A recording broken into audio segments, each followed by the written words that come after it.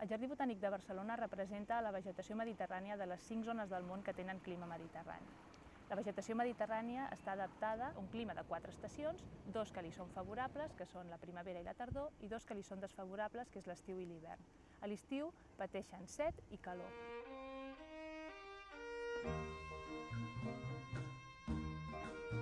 Les plantes s'alimenten a través de les fulles i, per tant, és aquest òrgan el principal que s'ha anat adaptant per poder passar aquest període desfavorable. Aquesta coloració que veiem en aquesta planta, que és d'un color verd glauc, la fa el fet que estigui coberta de ceres i pèls, que és una manera en què refracta la llum i d'aquesta forma evita que hi hagi més consum d'aliment.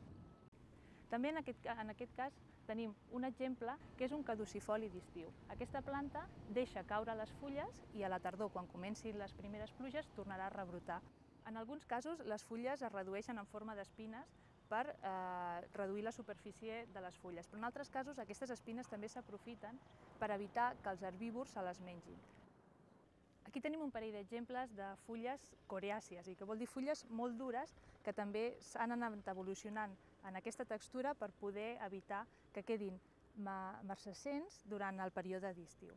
En aquest cas parlem d'una alzina, que és una dels arbres més característiques del clima mediterrani, i sota de l'alzina ens trobem amb un boix, que en aquest cas és una espècie exclusiva de les Illes Balears, que també té aquesta textura gruixuda que fa que les fulles siguin persistents durant tot l'any i que no es marcesseixin degut a la falta d'aigua i de les altes temperatures.